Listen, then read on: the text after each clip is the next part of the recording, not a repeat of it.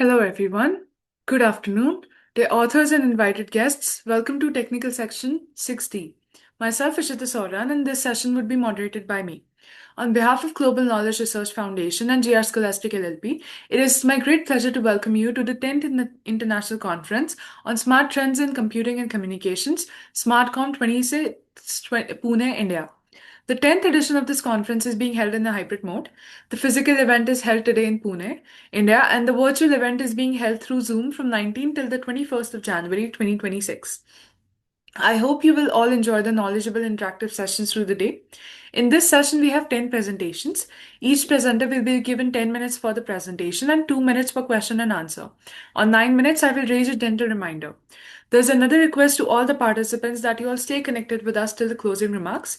If you have any query or update, then you can write it to me in the chat box.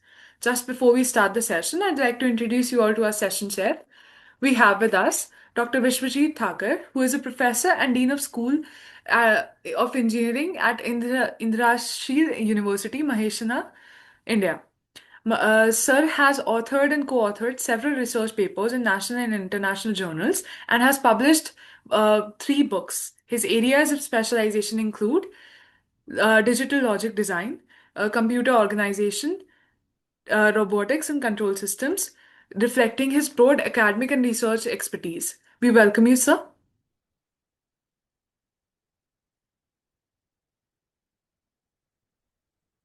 We'll be proceeding with the paper presenters.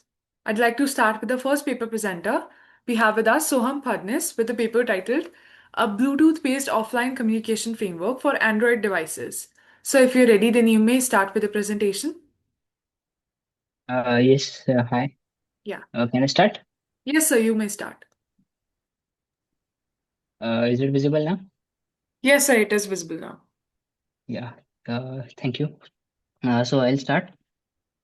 Hi everyone, I'm Soham Fadnis. I'll be presenting on behalf of all my co-authors, and the title is Bluetooth-based offline communication framework for Android devices.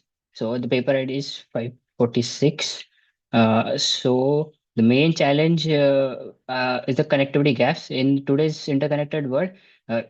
Internet access is often taken for granted, but there are situations where internet access is not possible, and there may be disruption in internet services and no mobile network coverage. So there are numerous scenarios such as remote location, villages, disaster prone areas and zones which may have deliberate blockages in communication. So in these cases, the people face major difficulty in communication with each other. So that is why we have researched an offline communication framework. Uh, So the motivation and the need of research, as realized in the previous slide, it is apparent that internet-dependent apps fail completely in the absence of network coverage. And currently, all the mediums of communication are external infrastructure based, such as if we need internet connectivity, then all the things like routers, cables, everything else is needed. Even for mobile calling, external towers, etc., are required. Thus, this led us to research over an offline infrastructure independent framework to enable communication in areas having no ability to set up the infrastructure. Uh, Bluetooth technology can be a promising alternative to this because of its wide availability on Android devices, low power consumption, peer-to-peer connection, and communication. So our solution uh, involves a framework that is designed specifically for Android devices. This framework enables message exchange directly between nearby devices, eliminating the need for Wi-Fi or cellular networks. So the main goal of our framework is to enable infrastructure-less or infrastructure-independent communication, messaging between nearby devices with low overhead links. And the technologies used are classic Bluetooth, that is RF communication, and Bluetooth low energy, that is BLE mesh. And the benefits are low latency messaging, and the overall high level architecture is such that first the peers or the nodes are discovered, then connection is set up, then messaging is carried out, and data is synced. Here, I would like to point out the difference between Bluetooth Classic and BLE. The Bluetooth Classic is Bluetooth technology where we need the consent of pairing the two devices, such as when we pair our earphones and our phone. So a pop-up is displayed, which gives a consent to connect with the device. Whereas in a mesh network is used. In BLE is majorly used for intercommunication between large number of devices, because classic Bluetooth only allows one-to-one connection.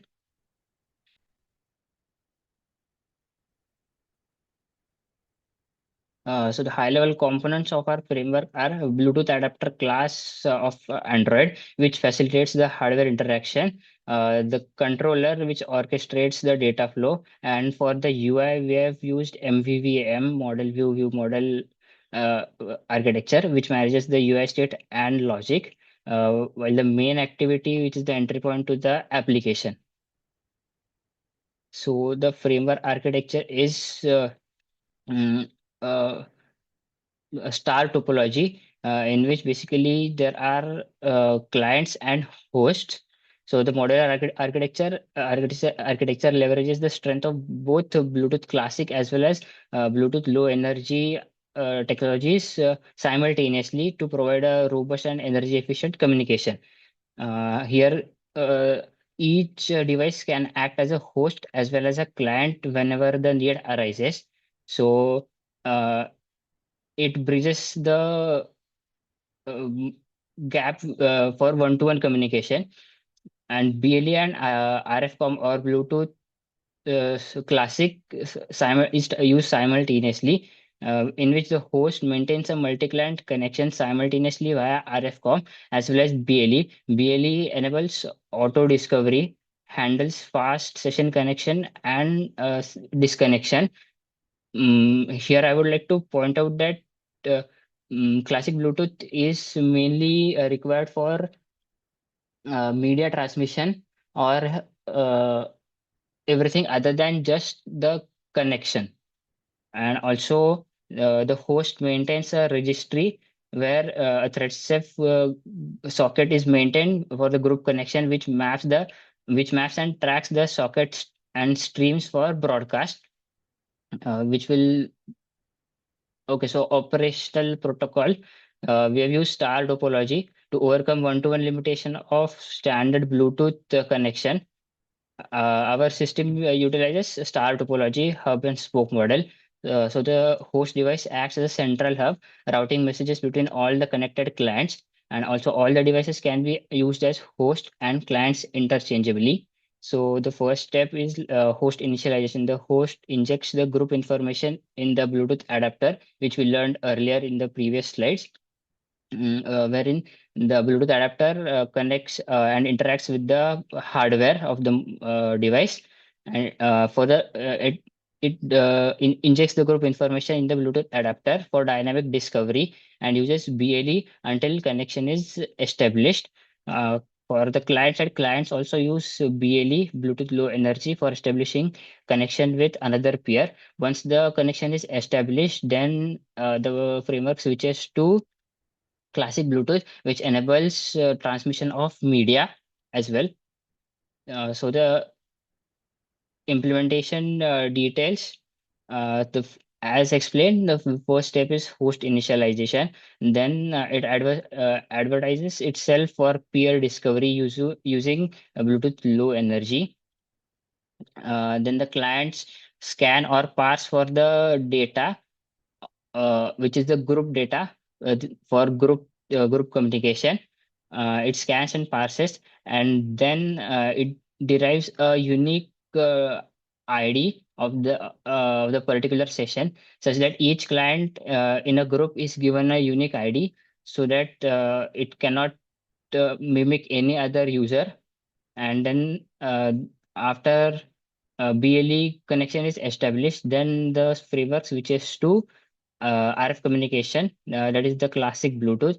Host then registers the client into the group, and when multiple clients are connected to a host, then the messages are relayed via the host to the receiver, and finally disconnection takes place. The protocol note, the BLE is used for passive discovery, such that we do not require the consent to pair and connect, as stated already. And classic RF communication is used for multi-client data channels with host-mediated relay. So here the message transfers from client to or a sender to the host and then to the receiver. So the group chat architecture is as shown. Here the group or session data is maintained, which injects it into the Bluetooth adapter, and then it advertises the group session data for other clients or peers to connect. Then if the client one is within the reach, then the Bluetooth adapter of the client device accepts it, generates the unique ID, and makes a connection with the RF com. And similarly, other clients connect to the host. And when a message is to be sent from client one to client two, it has to go through the host and then to the next client. So this is for group chat. While one-to-one messaging, it works as a normal Bluetooth connection itself. So the implementational goals, so we are trying to research and develop a framework that offers low latency, which is rapid message delivery between devices, stable data transfers, reliable and consistent data exchange. It should be energy efficient, where a minimal battery is used for extended usage, and a BLE mesh-based routing, developing a decentralized framework. So the future scope is store carry forward mechanism, in which we are planning to implement a TTL based time to live message. So uh, when the message goes from node 1 to 2 and then node 2 to 3, then there is a limit to which how many hops can be done. Then the next one is Bluetooth and location-based communication. So developing a framework similar to Apple's iOS Find My Device feature, which tracks the location based on other Apple devices present in the nearby area. Cross-platform communication. So currently the framework works specifically for Android devices. And so we are planning to make it cross-platform to work with iOS devices as well. So the conclusion is our proposed Bluetooth framework is offline communication framework, offers a reliable and scalable and energy efficient solution for Android devices in the nearby range in connectivity challenged environments. So yeah, thank you.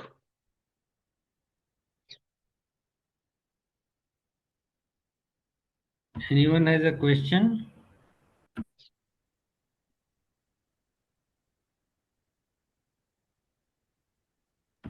Okay, Soham, Excuse thank you.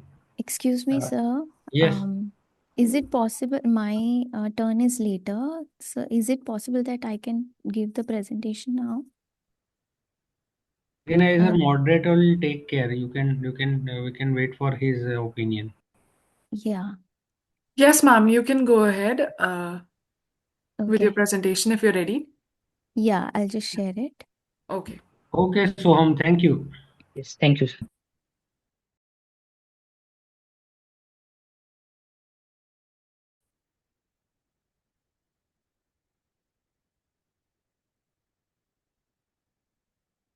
Um, is my PPT visible to you? Yes, ma'am, it is visible. Okay. It is not well visible. Is it from mobile? No, it is from Now it is laptop. visible. Okay. Okay, okay, now it's visible. Yeah. So good afternoon, everybody. So my title of the paper is LLM based multi-class depression severity prediction using social media data. I am PhD student from Department of Computer Science and Engineering, NSUT, Delhi. This paper is co-authored and guided by Dr. Sushma Nagpal and Dr. Sangeeta Sabharwal, ma'am, professors from Department of CSE, NSUT, Delhi. So these are contents of my presentation, introduction, problem statement and existing gaps, literature review, research objectives, dataset description, LLM adaptation methods used in this work, methodology framework used in this work, results, impact of adaptation, conclusion, future work, and references. So, depression is ranked among the most widespread mental health condition globally. It causes emotional, cognitive, and other difficulties like physical difficulty that affects our day-to-day lives. So currently it is approximated that 44% of world's population is affected by depression. So according to WHO, around 5.7% of adults, and in this way, women, men, and individuals are affected really bad. So the problem we are looking at here is how to bridge the gap between scarcity of clinicians available. So when we look at the statistics, it is very less number of clinician is available for a large amount of patients. So because of which many of the patients remain undiagnosed or delayed diagnosed, and it is observed that the delay may go to more than 2 years. And there is a recent research that says in some regions it is more around 6 years of delay in the treatment.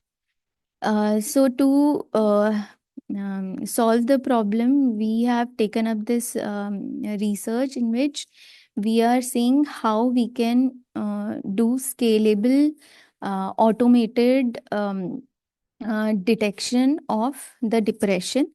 So the data that we have used is social media data, as many of the people are using social media a lot and they express their real thoughts and emotions online, and these posts, social media posts, reflect their mental states as well. So there are many researches that show that why social media data is so important and how it is so useful for social mental state detection. So when we went through a lot of literature review, we came across less number of severity detection and more of binary classification, whether they are depressed or not.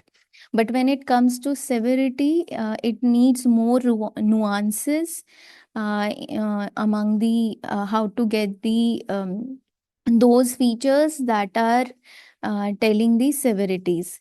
So we'll see about the severities later. Other limitations that we saw, that traditional machine learning approaches were doing binary classification or more than multi-class classification, but what they were missing was the how to get the deeper meaning or how to differentiate the features based on the severity. So also how the context is retained.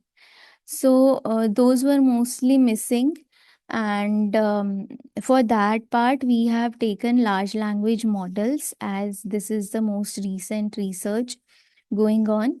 And for that, what we have done is we have evaluated four state-of-the-art LLM models. So LLMs can interpret context and long-range dependencies. So LLMs are very have huge require huge computation power to train from the beginning. So what we have done is we have taken fine-tuning method here, so that we do not need to train the entire LLM. Existing pre-trained LLMs are being used. Here we have done multi-class prediction. For that, we have taken 4 categories: minimal, mild, moderate, and severe. After that, we have evaluated LLM adaptation strategies. Adaptation basically tailors a pre-trained LLM to specialized use case. This is mainly useful when we want to perform based on a particular domain task, because these LLMs are general models that are trained on general data. But when it comes to, let's say, clinical or financial, so this way different domains can be adapted so that domain related questions can be answered with precisions. Then comes our data set. So there is a paper who have published HELA DebDebt data set, which is a very balanced data set among the 4, as you can see in the graph.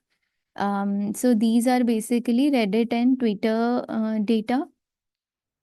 We have split this data into train, test, and validation, 80, 10, and 10%. And then comes data set description. The author of HELA DebDebt data set has divided the data post into 4 classes based on BDI. BDI is back depression inventory. This is a method through which we provide a score. So you can see the score here. On basis of these scores, the posts are divided and made into labeled data. So now LLM adaptation methods. Coming to adaptation methods, as I have discussed already, training the LLM entirely is very difficult. So one of the method is prompting, other is parameter efficient fine tuning. So 2 methods of prompting we tried. One is zero shot and other is few shot. With zero shot, we provide just one, without example also we tell them that now classify these posts, and in few shot we provide a few examples to it and then tell it how to classify the particular post. And then when they see unseen, untrained posts, then they divide it on those basis. And then comes PEFT. In PEFT is basically parameter efficient fine tuning. Here one is fine tuning, other is parameter efficient fine tuning. In parameter efficient fine tuning, we have used LoRa. So what LoRa does is a few of the LLM parameters are frozen and few are trained, in which LoRa is much efficient. Why? Because it takes the low rank formulation. So decomposition is done, ranking is taken, and then accordingly weights are updated. So basically, the benefit we see is it drastically reduces the training parameters. This is a framework that we have taken up. So here four models we have evaluated. Social media data is taken up, and then pre-processing of the data is done, where stop words, not the stop words, but like links or some other ID reference, all those are removed, and then this data is fed into LLM model, and then zero shot, few shot are applied, and for fine tuning LoRa is being taken, and then parameters are set like rank and alpha. Then comes our predicted class. So after the training, unknown data is given to the model to make the multi-class classifications. These are model details and results. You can see that at some places for minimal class, zero is performing better, zero prompting. But when you come to moderate and severe, you can see that our LoRa fine tuning is performing better. And these are the results for Mistral LLM. In Mistral also you can see mostly the LoRa fine tuning is performing better. Here, if you look at F1 score for 5.3, 5.3 when coming to the overall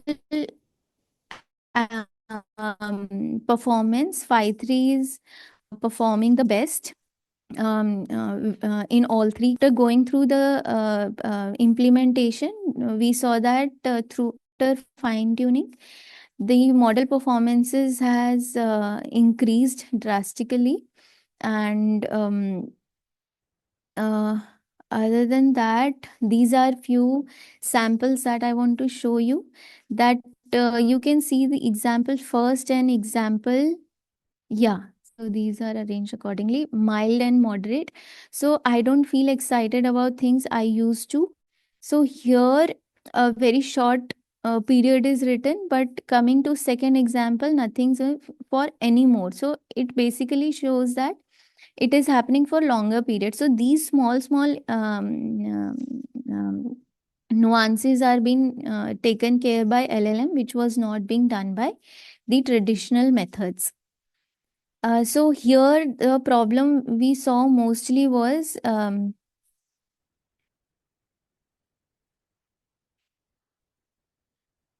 so why we have taken these sample examples is we were seeing that mild and moderate was very difficult, and they had a lot of confusion, high percentage of confusion.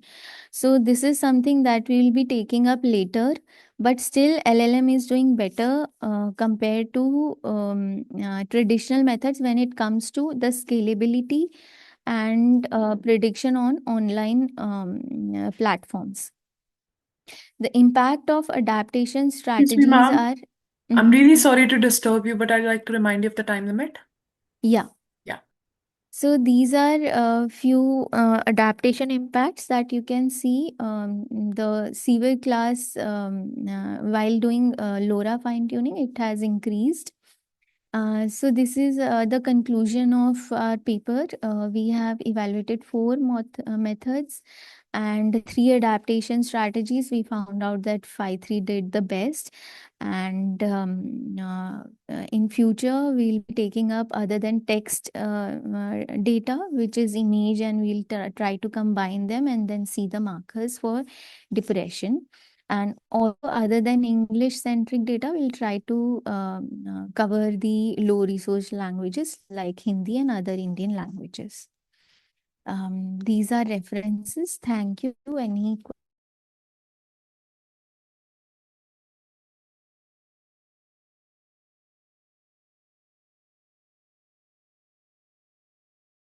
All right. Thank you. Thank you. Thank you, ma'am. I'd like to call upon our next paper presenter, Shubhi Sudhan, with the paper titled A Comparative Study of Visual Cues for Deepfake Detection with Multi-Perspective Explainability for Efficient Net BO. Ma'am, if you're ready, then you may start with the presentation. Sure. Yeah. Good afternoon, everyone. Am I audible? Yes, ma'am, you're audible. Okay, I'll just share my screen. Just a second. Is my screen visible? Yes, ma'am, it is visible. All right, perfect.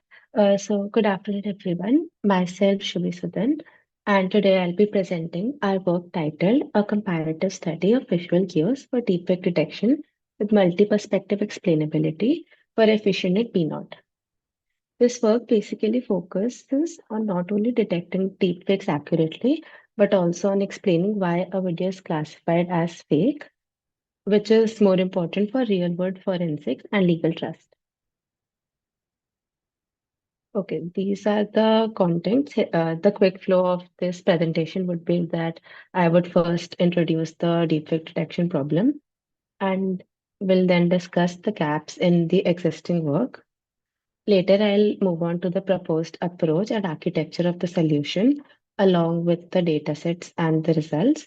And finally, I would like to show how we provide explainability using three different perspectives and end up with the future scope.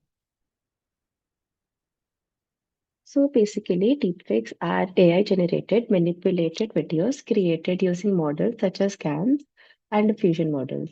So these techniques are now so advanced that deepfake videos appear highly photorealistic.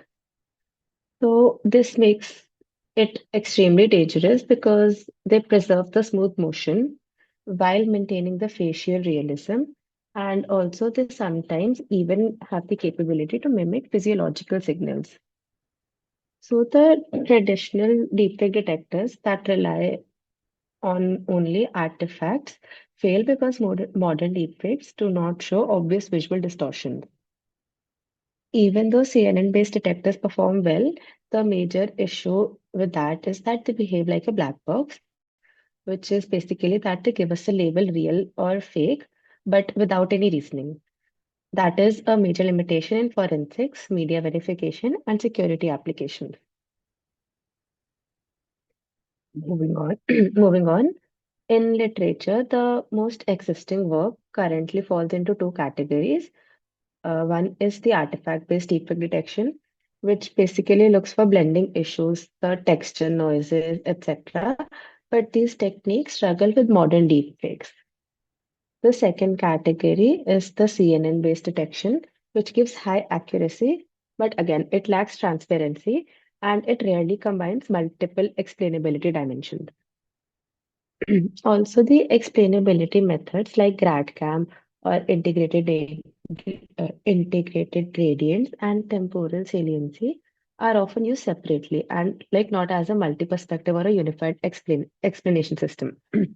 So overall, this is a research gap that high accuracy does exist, but interpretability and reliability are missing.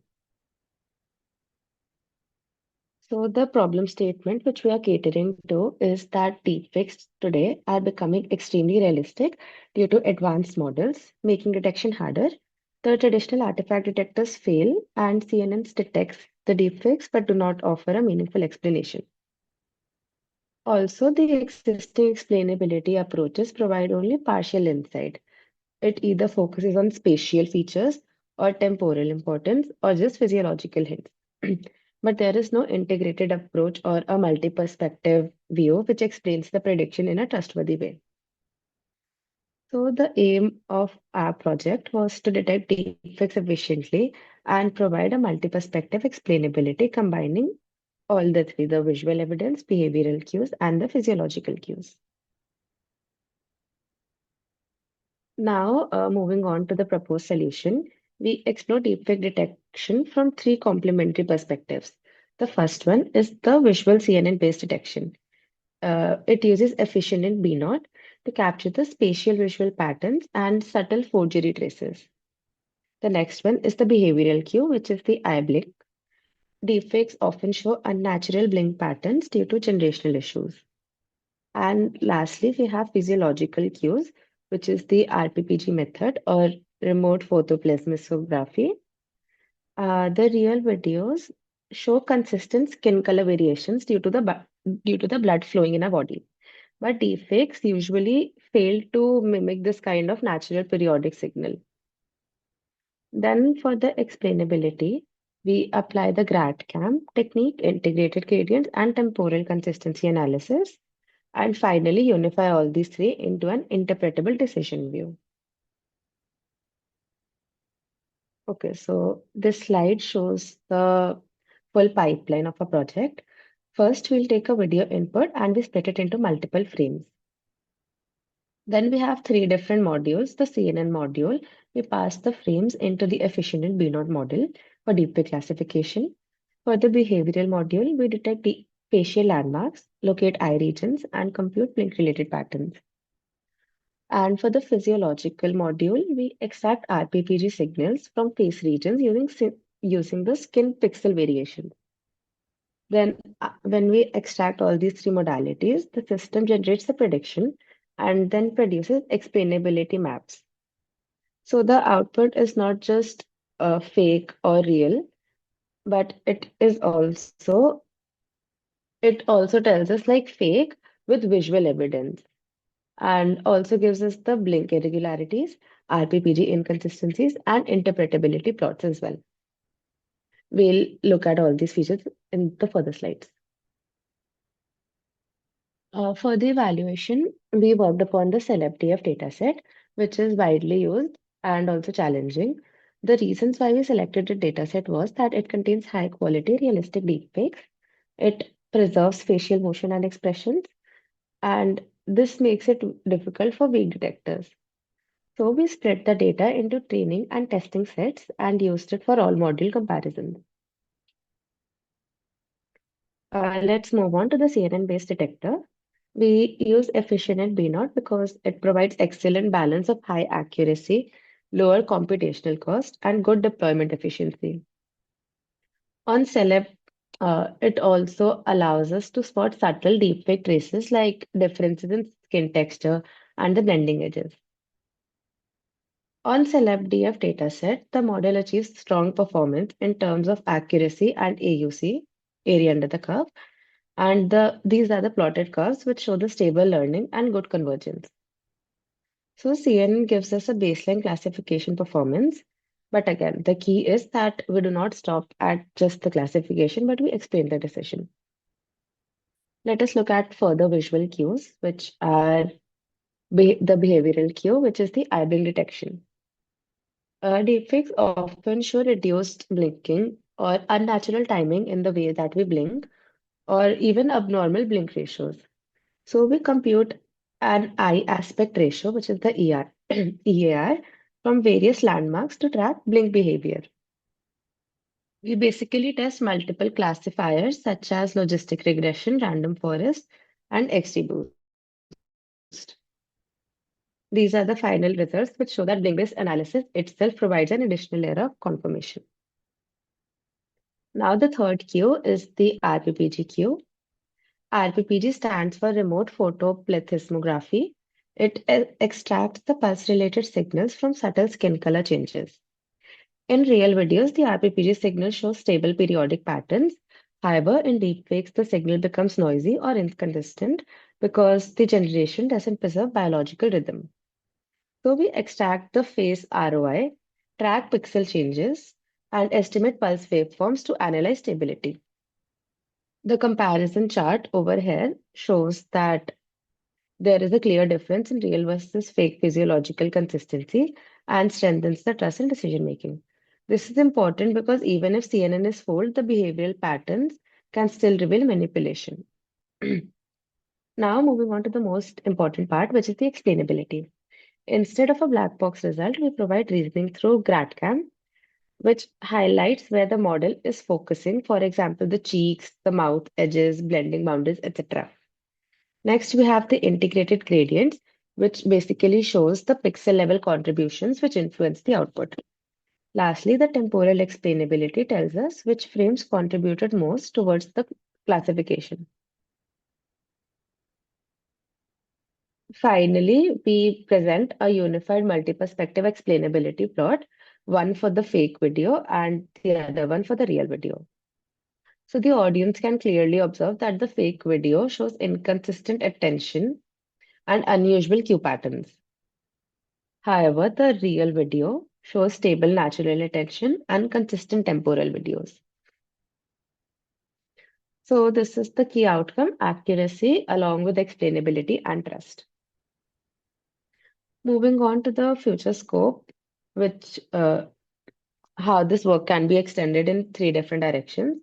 First, we plan to build a multimodal fusion framework by combining CNN visual cues along with RPPG physiological signals and eye-blink behavioral cues, which would basically improve the robustness and interpretability.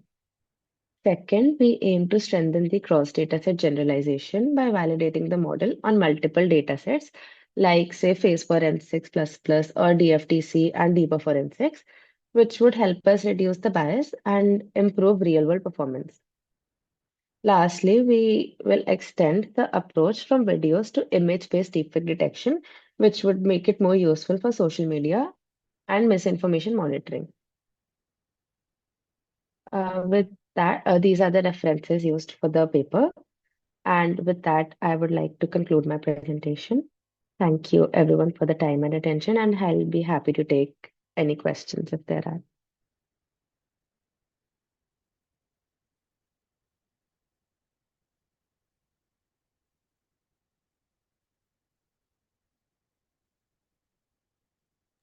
That was really very good presentation, and lot of results were there we could see. Very nice work. Thank you so much. Thank you, ma'am. Thank you, sir. We'll be proceeding on with our next paper presenter. I'd like to call upon Mohammad Azharuddin with the paper titled A Hybrid Solution of SDN Architecture for 5G Mobile Communication to Improve Data Rate Transmission. So if you're ready, then you may start with the presentation.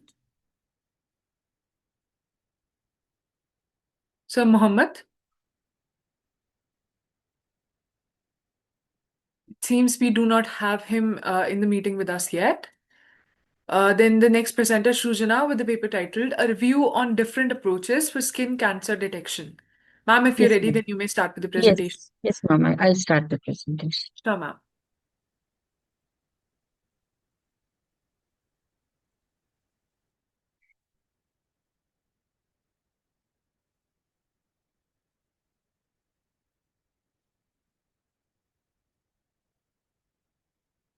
Ma'am, is it shared, ma'am? Ma'am, is my PPT visible? Yes, ma'am, it is visible. Yes, ma'am. So,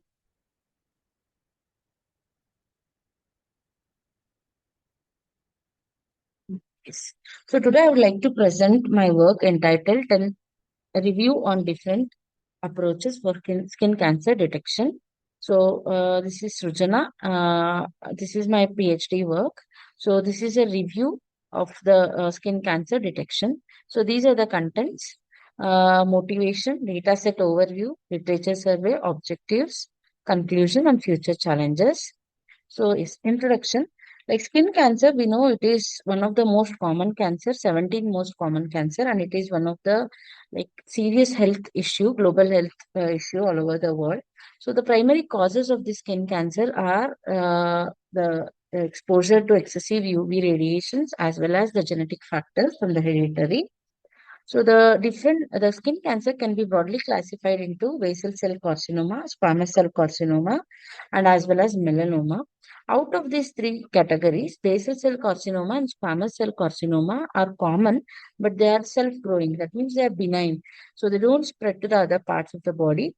Whereas melanoma, which is less common, but it is very aggressive and it is very dangerous, causing most of the deaths. So, for to prevent the deaths and to improve the survival chances, the skin cancer needs to be detected early and treatment needs to be provided.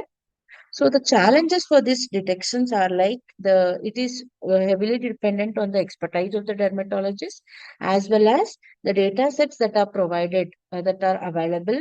Currently, they are almost they are very scarce and also it is very imbalanced.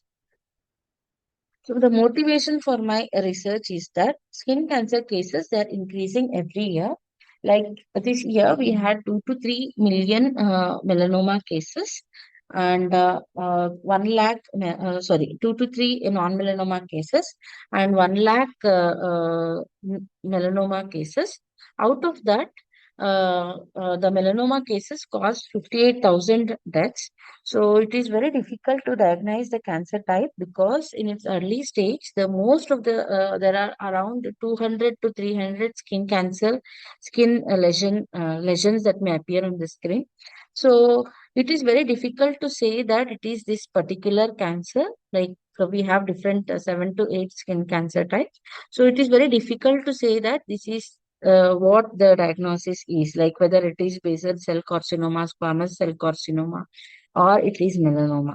So since it is difficult to diagnose because the characteristics and the visual, the appearance is almost same in all the different lesions.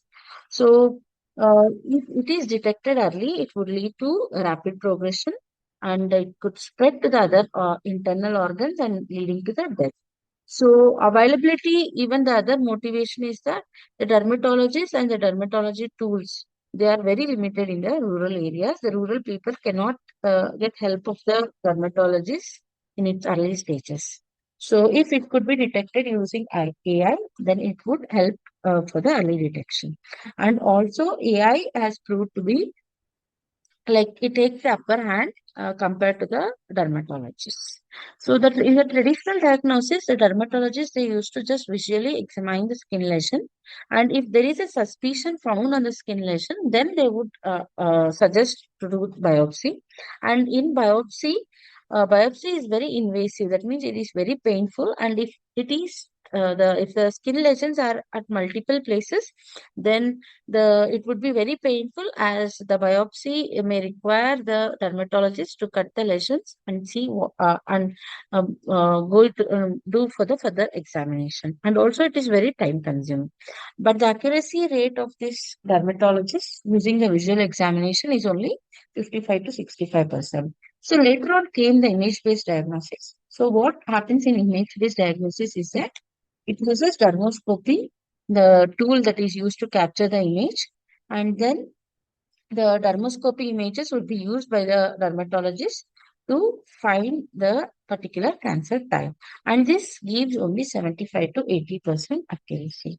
So since the images they are taken using the dermoscopy tool, and these images if they are fed into a AI model, then there would be a better accuracy compared to the dermatologist. So what are the data sets that are available? We have 5 different data types. So ham 10,000, SD 198, ISIC, Archive, PH2 data set, and SD 190. So in ISIC Archive dataset, the images, the skin cancer images, they are like a dermoscopy images as we can see here. So there are 8 different skin cancer types that can be classified in ISIC Archive. So they are like melanoma, basal cell carcinoma, squamous cell carcinoma, actinic keratosis, nevus, benign keratosis, dermatofibroma, vascular lesions. These are the different 8 categories. So the first 4 categories are malignant. That means they spread to the other organs and they can lead to that. The other 4 categories like nevus, BKL, DF, and vascular lesions are benign. So ISIC Archive itself it contains 70,000 thermoscopic images. So it does not only contain dermoscopic images but also clinical and histopathology images. There is another data set, ham 10,000, that is nothing but human against machine. So in ham 10,000 data set, there are around 10,000 dermoscopic images. It covers all 7 skin cancer categories. But as we can see, the cancers here, the nevus, which is one lesion, so it accounts for 6,000 images, whereas melanoma, which causes most of the death, it accounts like it is only found in 1,000 images. So we have only 1,000 images of melanoma in ham 10,000. So we can see there is a high imbalance. So neighbors has 6,000 images out of 10,000 here, and melanoma has only 1,000 images. So if there is imbalance in the data set, surely we will not get the accuracy. So surely we will not get the performance of this model. So we need to overcome this in our research. So PH2 dataset, here it has 200 dermoscopic images. There are three categories: nevus, seborrheic keratosis, and melanoma. So here also it can be seen that melanoma accounts only for less images. So the other one is SD198 dataset. It is a clinical skin dataset uh, which contains around 6,000 images. So we can see here ST198. Here it is only clinical images. It is not dermoscopy images. The other part is like I have surveyed around 70 papers in my 70 to 80 papers. Here I have included based on the different approaches. Like the skin cancer can be detected using machine learning. It can be detected using deep learning. It can be detected using generative, explainable. So first, let me go through first the machine learning approach. In machine learning approach, we have several algorithms like machine learning algorithms like KNN, random forest, SVM, and all that ANN. So we will see what are the limitations of each of this algorithm. The first paper that I referred, it uses the KNN algorithm on the PH2 dataset. Since the PH2 dataset, it has 200 images, but the KNN requires the selection of K value. That is the K clusters need to be defined earlier. So this selection of K value, it is difficult because the overall model accuracy will depend on the number of K that we have considered. So it is very sensitive. The model is very sensitive to the K value and it needs to be calibrated. And also, if the data set is huge, then the machine learning algorithm like KNN, it is gives very lower efficiency because it works, the KNN algorithm works only on less data set images. The other one is on decision tree. Decision trees and ANNs were applied on the PH2 data set. Here also, the DT models, they suffered with higher variance and ANNs suffered with insufficient and noisy data. In the third survey paper, so here they have compared the classification of SVM, random forest, and KNN on ISIC custom data set. So these are the accuracies that are achieved. So here we can see that SVM has outperformed the other like KNN and random forest algorithms. So the limitations of SVM was it requires a proper kernel selections. So kernel selection needs to be done properly, otherwise it would give lower efficiency. And also KNNs, the limitation of KNNs are it is low on large data set, and random forest, the other algorithm, it struggles with irrelevant and high variance and also class environment. These are the papers that I have surveyed for machine learning algorithms.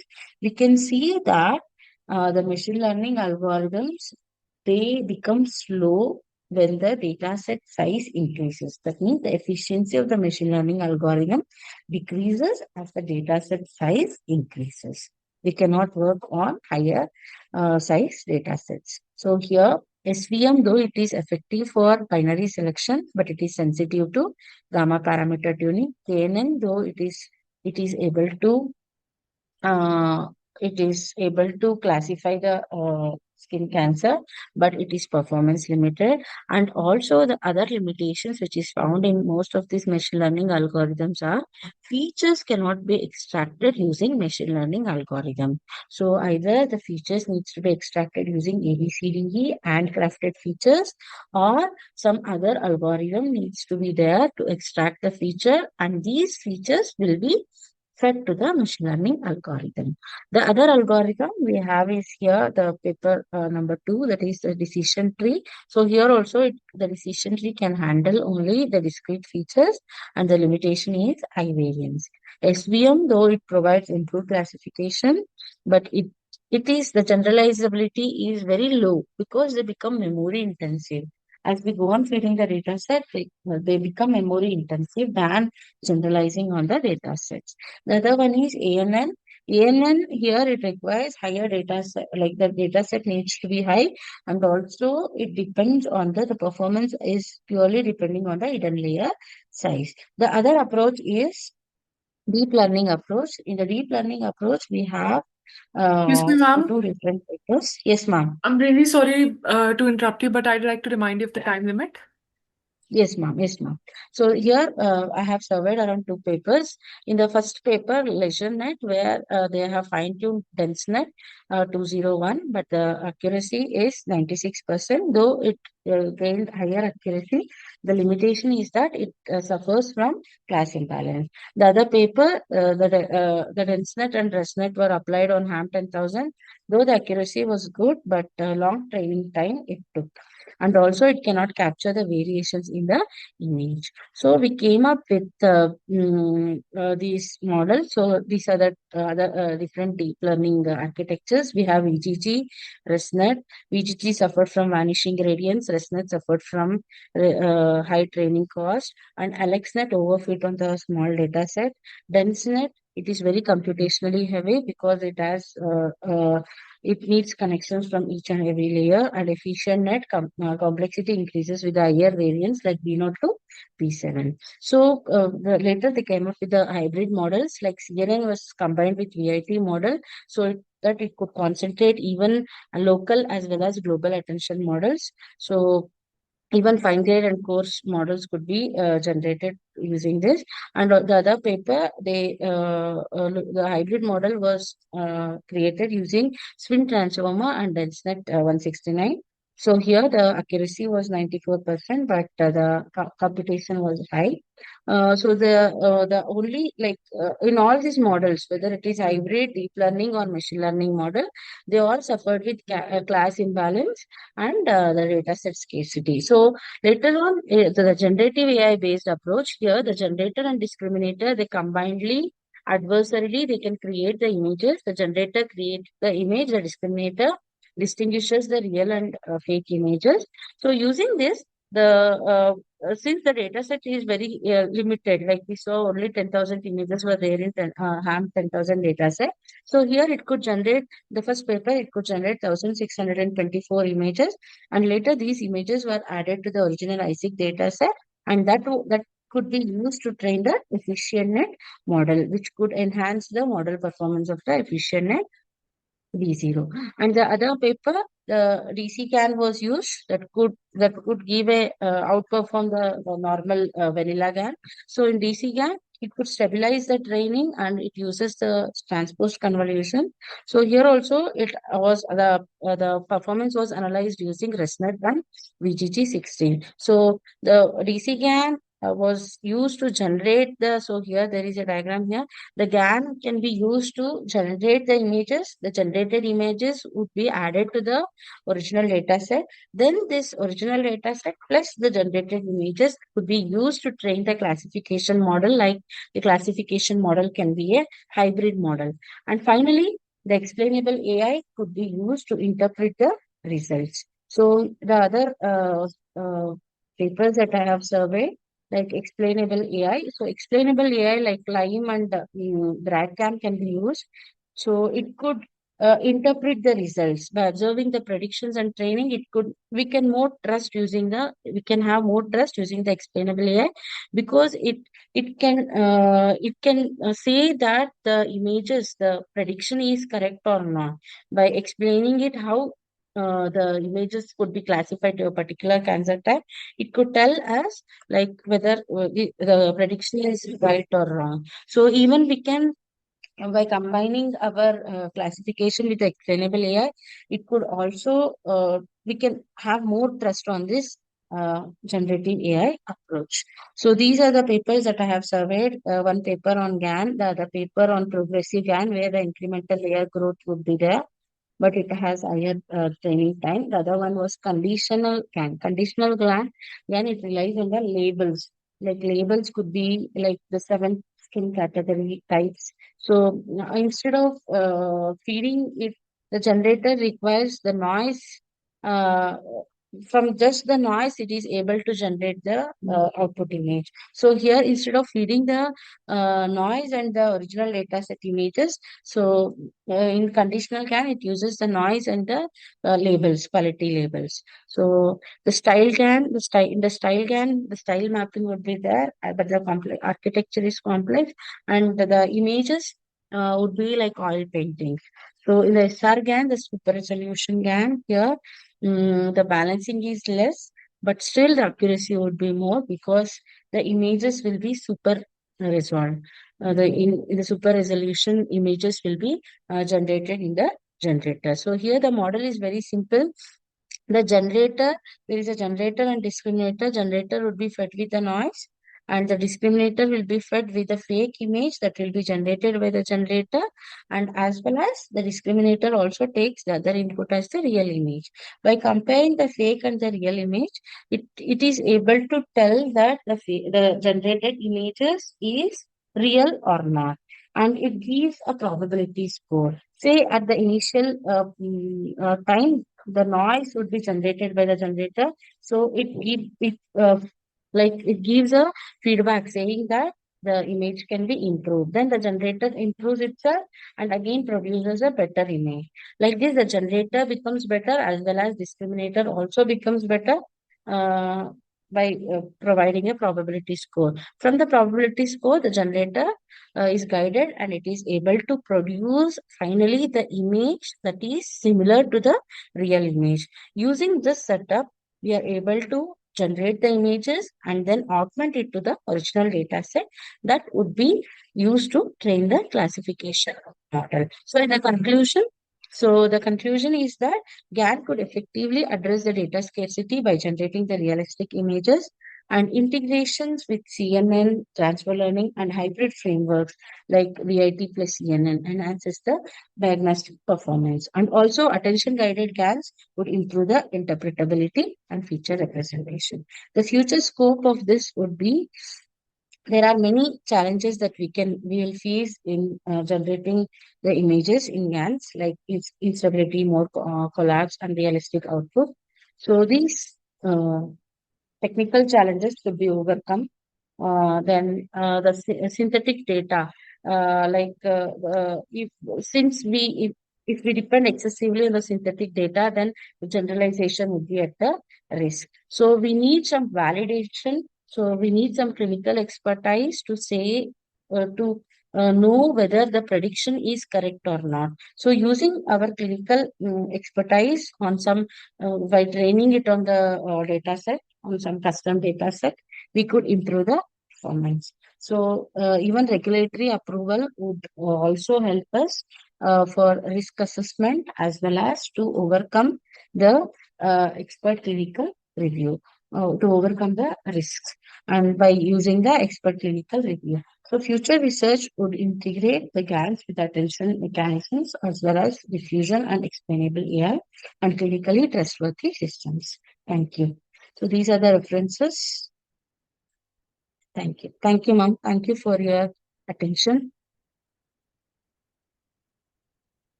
Any questions, ma'am?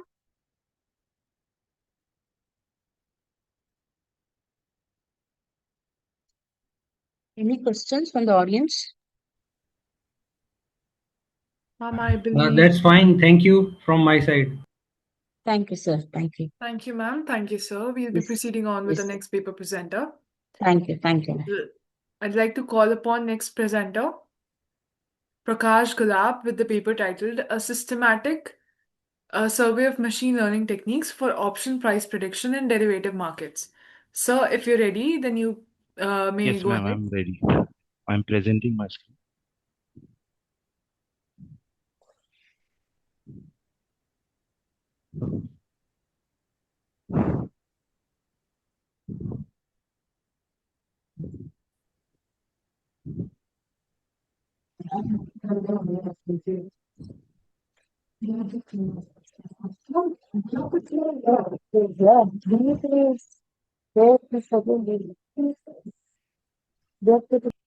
Is my screen visible, ma'am?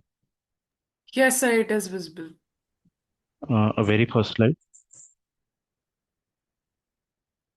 a title slide, ma'am. Yes, sir. Okay.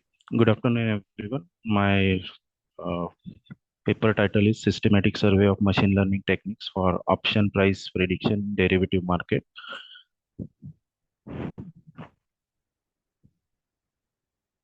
Just a second.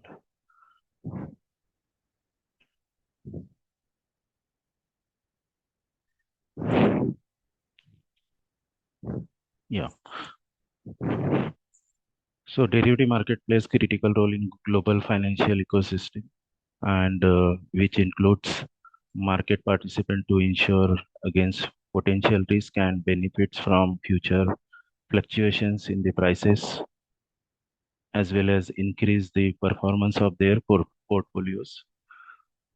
Options are also notable among other derivative instruments because of their non-linear payoff structure and their response to the different market factors, including volatility, time decay, and interest rate.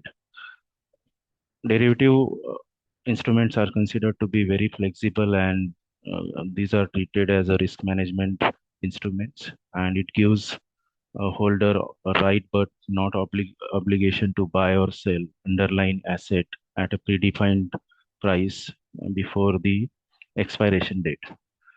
These instruments are commonly used by institutional investors, traders, and corporations to hedge against volatility and gain leverage exposure to financial assets. Option pricing is considered to be inherently complex due to multiple variables. Some of the variables are strike price, current price of the instrument, then time to expiration, interest rates. All these are the variables considered, and these are used for liquidity and stability in the financial markets. Some of the traditional models which are used are Black-Scholes Morton model and Grudge model. Black-Scholes Morton model has been dominated over many decades for derivative market pricing, and these traditional models basically gives a closed form solution under idealized assumptions. However, these assumptions doesn't adhere to real life market scenarios, and that's why these traditional market fail to predict the derivative market uh, pricing. All these drawbacks of the traditional models are overcome by machine learning, and machine learning offers a data-driven, flexible, and adaptive solution for complex financial problems. This graph shows the National Stock Exchange equity derivative turnover of the last 10 years. And there is a tremendous growth in the derivative turnover. And it has grown from 50,000 crores to 2,50,000 crores in the year 2024. And it is growing very rapidly. Similarly, the participation of the retail traders in the derivative segment is also growing very tremendously in the last 10 years.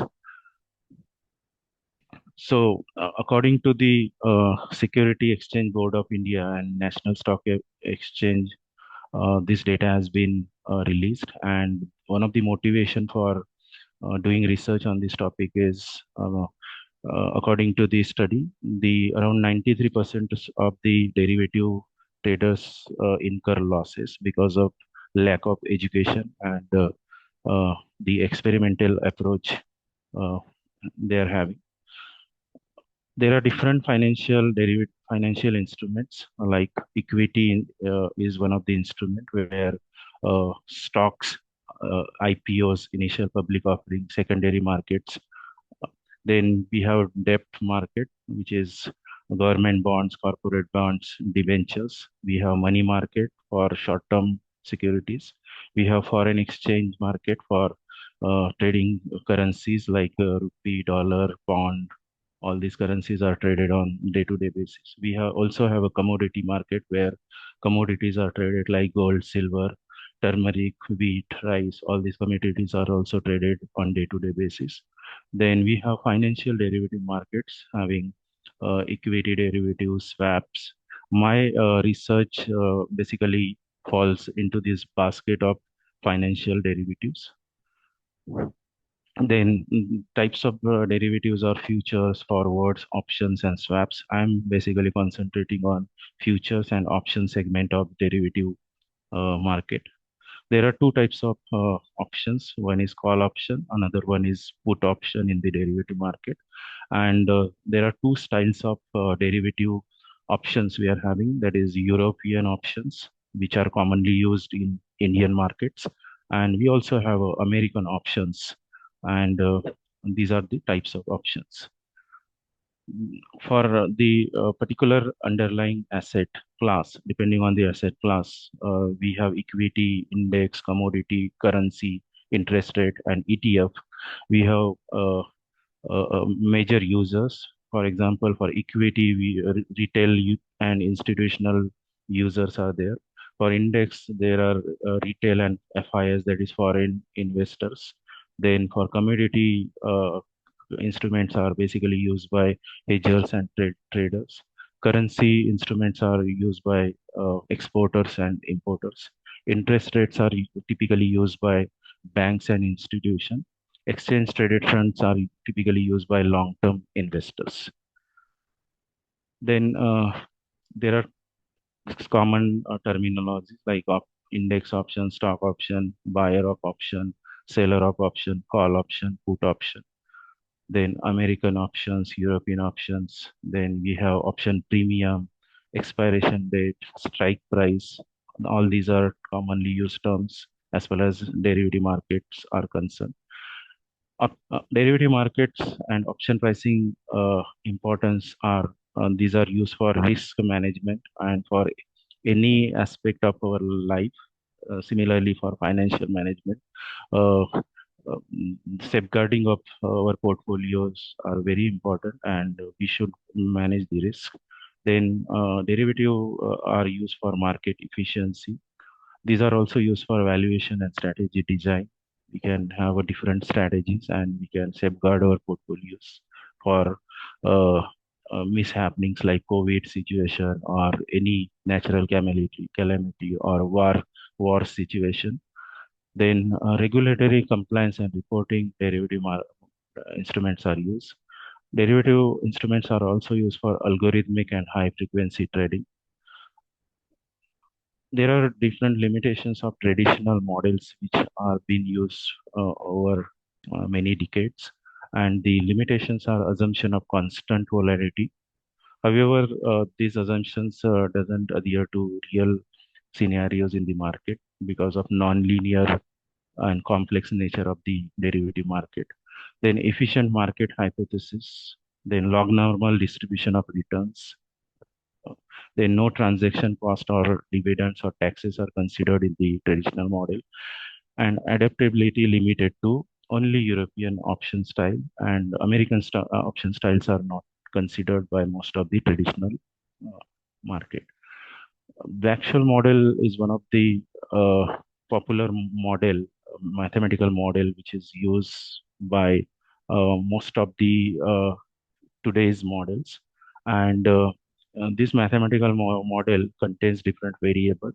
And some of the terms are S0 for stands for current stock price, K stands for strike price, R stands for risk-free rate, sigma stands for volatility, and T stands for time to maturity. So in order to predict the price of call option, C stands for call option pricing, and the formula is S0 into normal distribution of D1 minus K into e raised to minus RT into normal distribution of D2. Similarly, the price of put option can be predicted by using the formula K into e raised to minus RT into normal distribution of minus D2 minus S0 into normal distribution of minus D1. D1 and D2 can be calculated as D1 equal to natural log of S0 divided by K plus R plus sigma square divided by 2 into T divided by sigma under root T, and D2 can be calculated as D1 minus sigma under root T. I have surveyed around 15 papers, and I have studied all these papers for focus of the study, then data sources, algorithms used, feature types, and limitations. So first paper focuses on survey of deep learning techniques for forex and stock price prediction. They have used public stock and forex market dataset. And in this paper, basically CNN, LSTM, RNN, and GRU kind of machine learning algorithms are used. Typical features used are historical prices and technical indicators. Limitation of this paper is lack of unified benchmarking and lack of interpretability issues are there. Similarly, for second paper, focuses on review of taxonomy of stock market prediction, and they have used secondary literature data sources. They have basically worked on statistical ML and DL hybrid model. Features used are price-based, technical, and sentimental. Limitation are no experimental validations are considered. Third paper basically focuses on liquidity prediction in Vietnam stock market, and the data source are Vietnam Stock Exchange data. They have used LSTM, CNN, and DNA. Then features used are volume-based order flow prices, and limitation is market-specific generalization is not there, and these are limited to a specific market type. Also, I have also surveyed different papers, and they have used different data sets like European data set, FTSE 100 option data, uh, ANN Black-Scholes hybrid model is used. Then feature type used is option Greeks and volatility. And the limitation is limited interpretability. Most of the deep learning and machine learning model lacks interpretability. So that is the one of the main limitation we find it in most of the models. So this is my literature survey. So based on literature survey, I have identified a few gaps in, and first one is limited integration of advanced temporal architectures. Second one is insufficient use of multi-scale and decomposition-based forecasting. They are basically working on the traditional approach. Third one is lack of holistic feature integration. Fourth one is insufficient focus on interpretability in deep models. Fifth one is lack of generalization across market types and regions. Sixth research gap is real-time forecasting and execution constraints are rarely addressed. Seventh one is limited evaluation of risk-sensitive parameters like Greek parameters. Eighth limitation is over-reliance on simulated or limited data sets. The next one is neglect of explainable AI and fairness concern. All these are the research gaps. Methodology use is very simple. First, we need to collect the data from the data sources. So I surveyed based on the papers. Different papers use different kind of data sets, but typically, if you consider Indian context, so we have public data sets from National Stock Exchange or SEBI, Security and Exchange Board of India. Data sets are readily available. We can use it. Then on that data set, we can perform data pre-processing for handling all the flaws in the data. Then we can identify and perform feature engineering techniques. And once the features are ready, then we can select a model for evaluation. And finally, the price prediction can be done and visualization of the results can be performed. Then based on the papers I surveyed, I found different parameters. So the classical models or the traditional models I compared, and then XGBoost model was used, algorithm was used, LSTM and random forest. So in terms of RMSE parameter, if you look at, we have 12.50, 10.30, then 10.75, 11.0. So here, the value is more for traditional algorithms, and XGBoost basically performs better than any of the algorithm used here. Then MAE, we have it, again, XGBoost performs better than other algorithm. It is 7.85.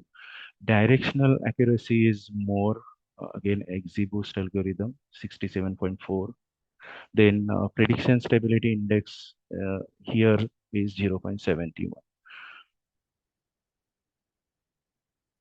in as far as the RMSE and MAE comparison for various different models are concerned, this is a plot between RMSE and MAE. So again, here we can see XGBoost having lower value of RMSE and MAE.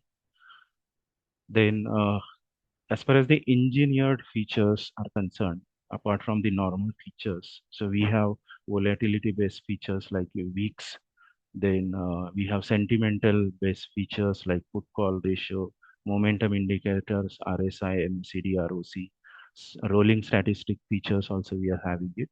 So RMSE reduction for engineered feature here, 14.8 percentage reduction can be seen for volatility based features. Accuracy improvement percentage is more for momentum indicators. Then prediction stability gain is more for rolling statistical features, and feature importance score is more for volatility based features. So by considering the combination of the regular features and engineering features, we can basically all these features can impact the accuracy of the derivative pricing prediction, and we can use it. This is a comparative impact of engineered features group. So this is a plot, volatility based, sentimental features, momentum based, rolling statistic, and logged returns. So you can also see sentimental features and volatility based features, momentum and rolling are having higher value, and log returns are having a lesser values. Conclusion is to explore and evaluate advanced machine learning and deep learning models instead of relying on the traditional models for option or derivative price forecasting. This domain is characterized by high volatility, non-linear dependencies, and complex microeconomic factors are included. While leveraging state-of-the-art models specifically designed for long-term sequence modeling and multi-horizon forecasting, using methodology emphasizes the integration of auxiliary variables, macroeconomic indicators, technical patterns to improve contextual awareness and forecasting accuracy rather than simply relying on traditional approach. Benchmarking these modern architectures against conventional and ensemble learning models will provide valuable comparison insights into real-world applicability, and this will facilitate robustness in Indian financial ecosystem. Outcome includes improved pricing accuracy, enhanced model interpretability, practical frameworks that may contribute to algorithmic trading, financial analytics, and decision making in financial system. These are my references.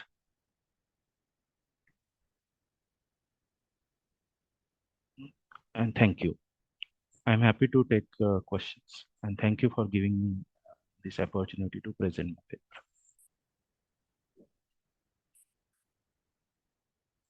Hello.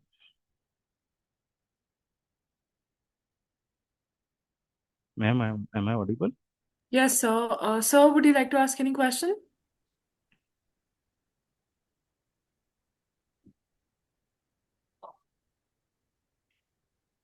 Hello. Yeah, so we'll be proceeding any on with the question? next presentation. Thank you for your presentation, sir. Thank you, ma'am. Yeah, I'll be proceeding on with the next paper presenter. I'd like to ask for Ma'am Harmanpreet Kaur for with the paper titled "Economic Development in E-Governance: An Empirical Study of Service Delivery Efficiency in India." Ma'am, if you're ready, then Yes. shall I start with the presentation? Yes, ma'am. Yeah. I'm already all set. Yeah, just a I second. tried to share my PPT just in case I'm not able to. Yeah, ma'am. I request you to assist me in the same. Yeah, ma'am. Let me try once, please. Okay. Yeah.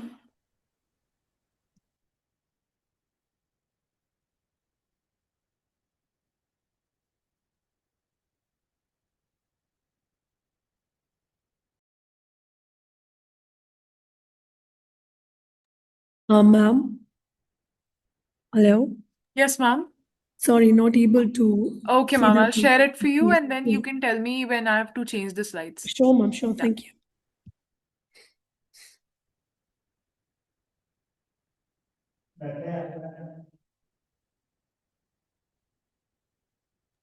I hope it's visible, ma'am. Yeah, yes, yes. Yeah, please go Thanks ahead.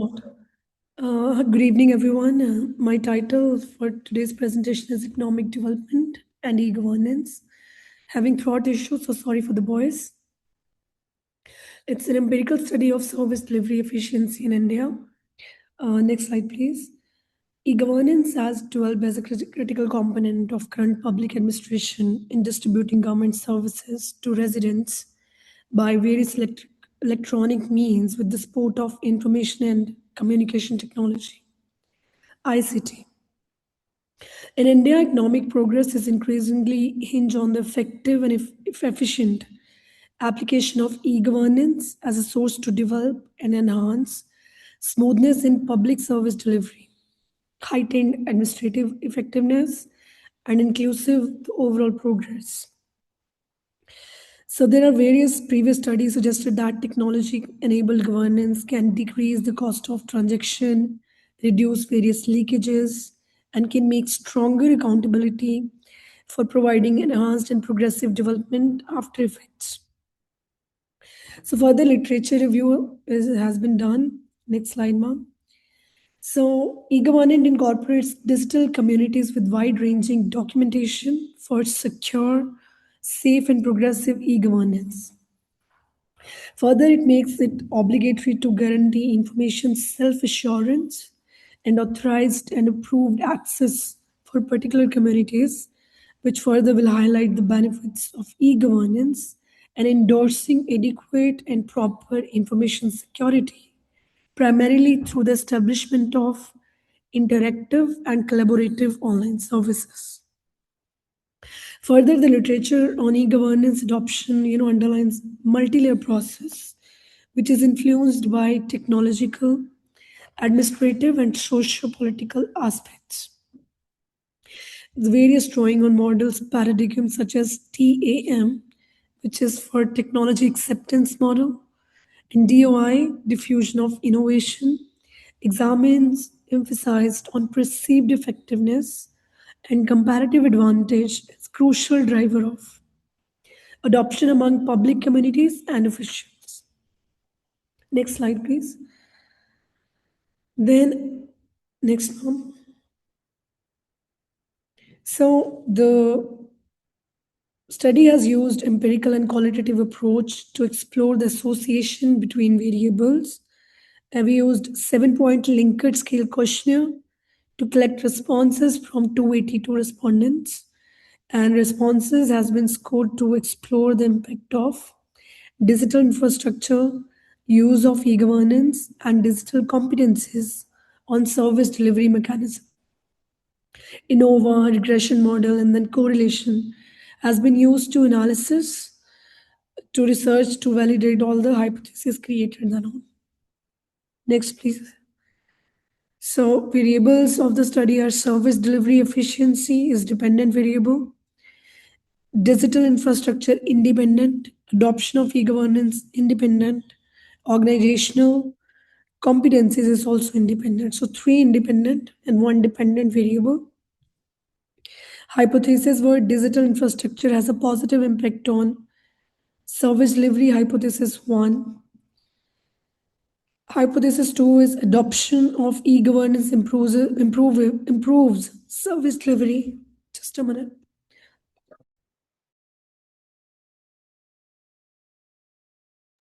Pardon. And third and final hypothesis is organizational competencies positively affect the efficiency of service delivery.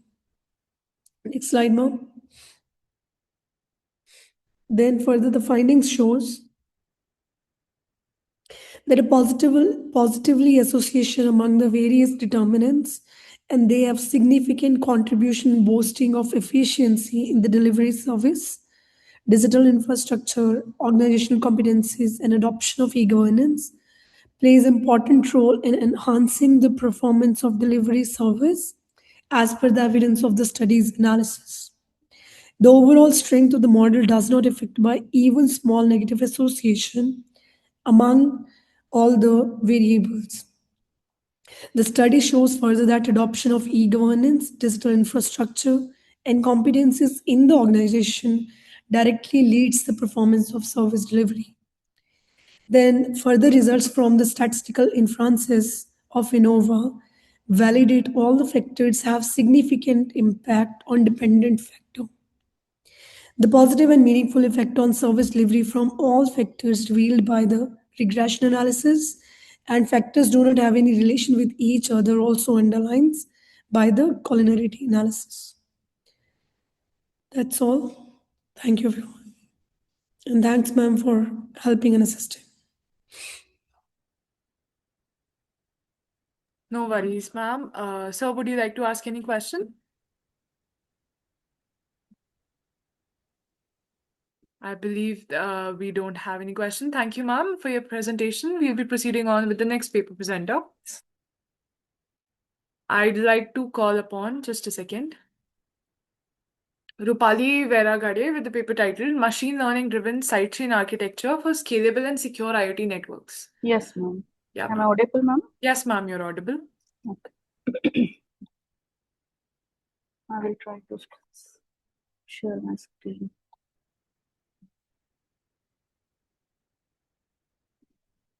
My screen is visible, ma'am. Yes, ma'am, it is visible.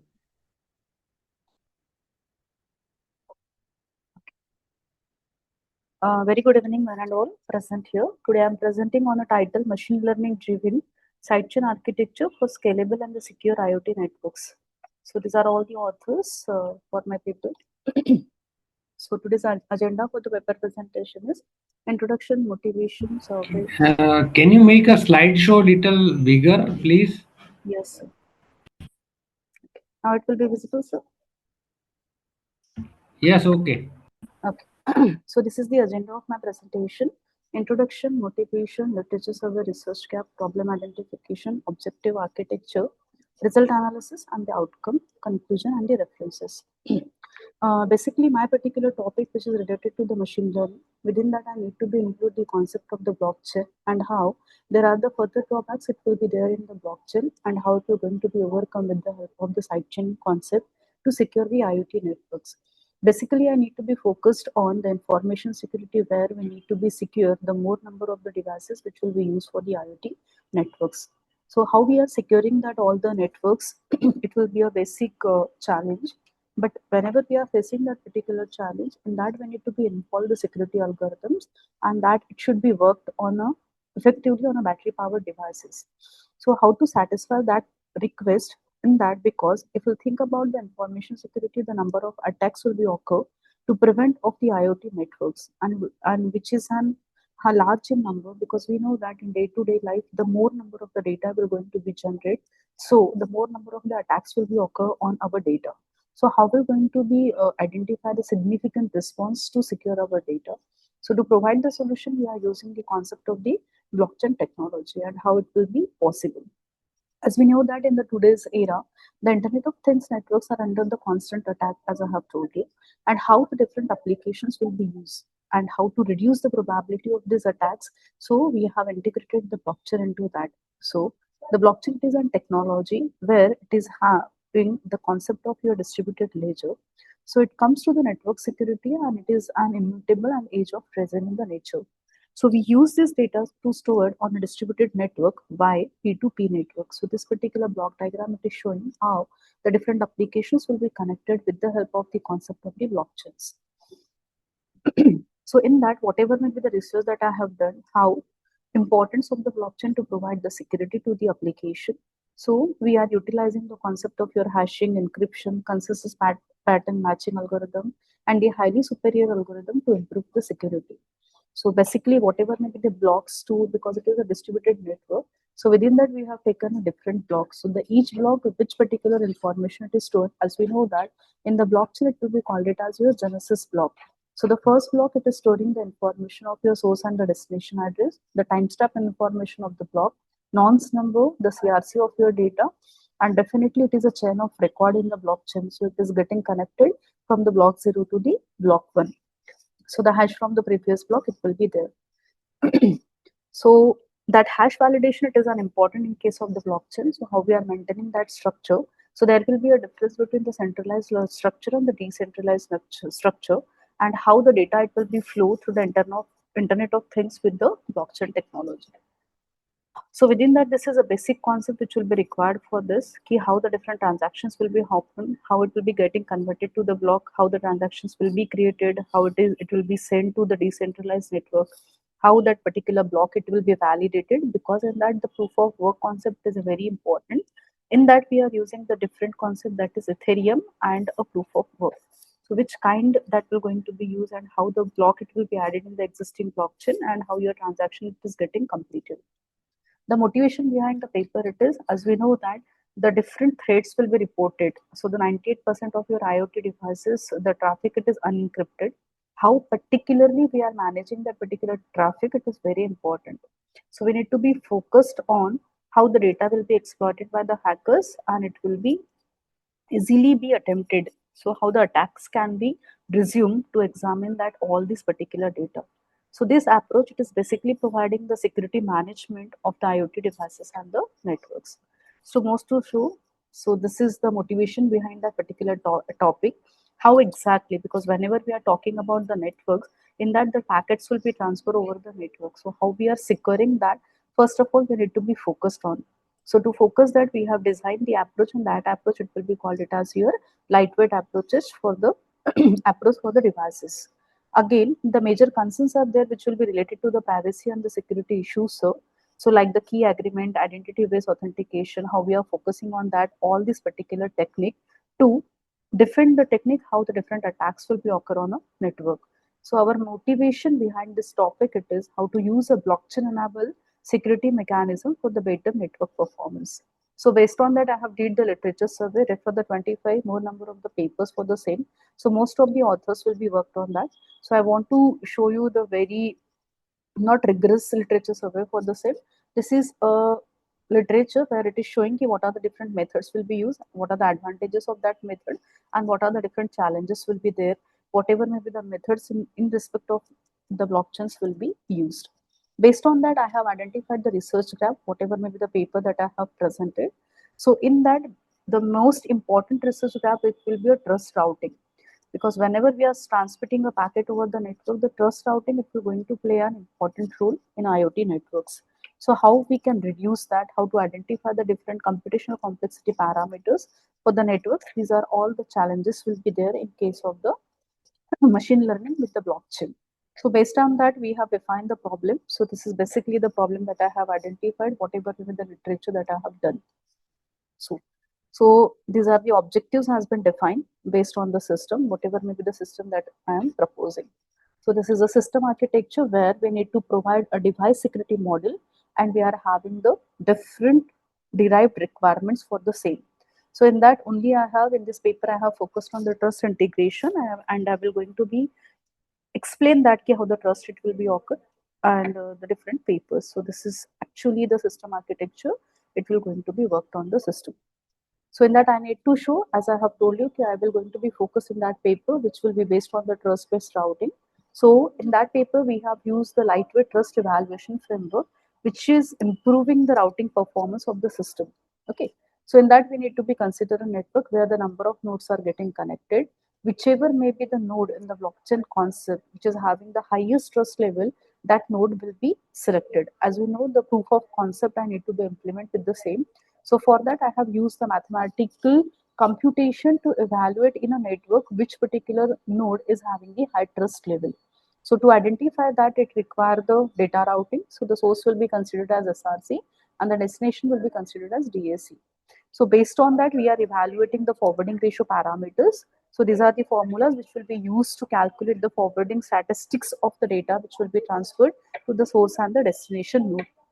Once will be evaluated, we need to be compute, because automatically the because the mathematical computation has been there, whoever who will be won, that will be node, it will be considered in the proof of work concept. So it might be possible that there will be the different error whenever we are evaluating the data.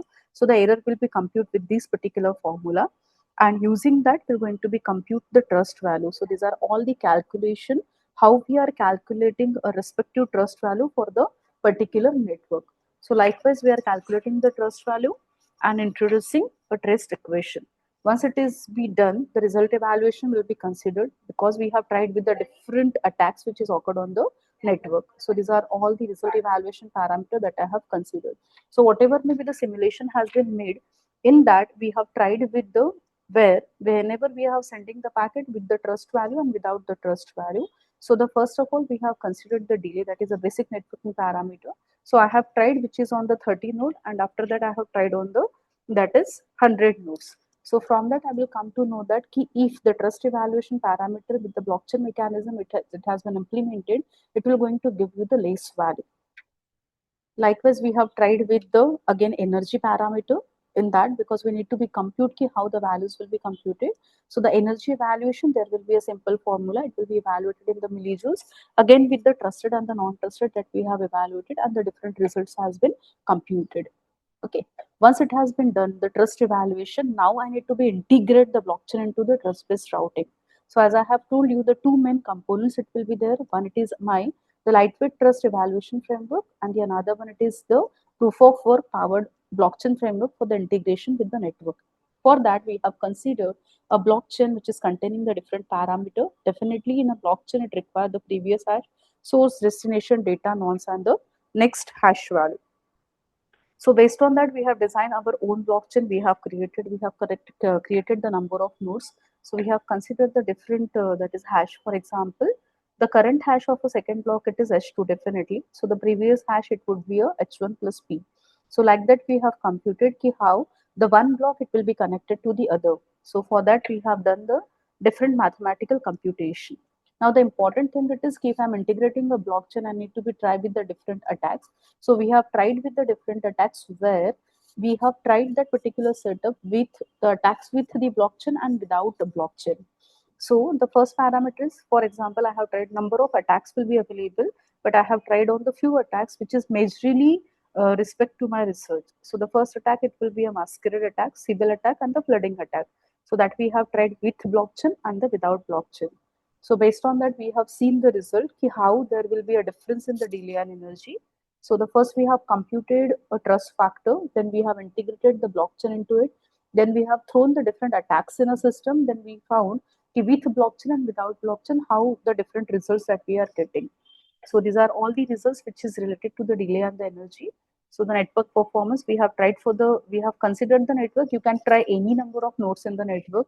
There will be no restriction. The system setup will not be shut down. But for only the basic purpose, we have tried on the few nodes. So I have tried on 30, 40, 50, and the 1000 nodes also we have tried. It is giving a successful result on our system. So that all the observation and the evidence how we are getting the less energy consumption with the help of the blockchain if we are integrating, and without blockchain that we are integrating in a network. So these are all the computation how the blocks will be created, what kind of parameters that we are considering, how the data will be write in the block, how the data will be read from the block, how the data will be processed, that all these concepts it will be added. Now, if you are having the n number of nodes directly, the major aspect of this particular presentation is how there it is a need of a side chain, because as the burden it is going to the blockchain, the complexity it will be reduced to a system. So it will going to reduce the delay. So how it will going to be reduce the length of the blockchain? For that we have used the mechanism, and that mechanism it is nothing but a side chain. So to reduce the length of the blockchain, the side chain are used, wherein the information about the different set of devices it will be stored on the different block. It will be called it as our side chains. So that all the side chains it is getting connected to a central blockchain. So this is an architecture how to reduce the complexity of the blockchain. That's why we have used the mechanism of the side chain. So definitely if it is a side chain, it will going to reduce the complexity, right? So in that again we need to be perform all the operations which is related. So how the side chains will be created, for that I have used the different algorithms, genetic algorithms we have used, how the side chains will be merged, how the data will be used, how you are updating, how the graph based search mechanism will be used, and how the output will be requested.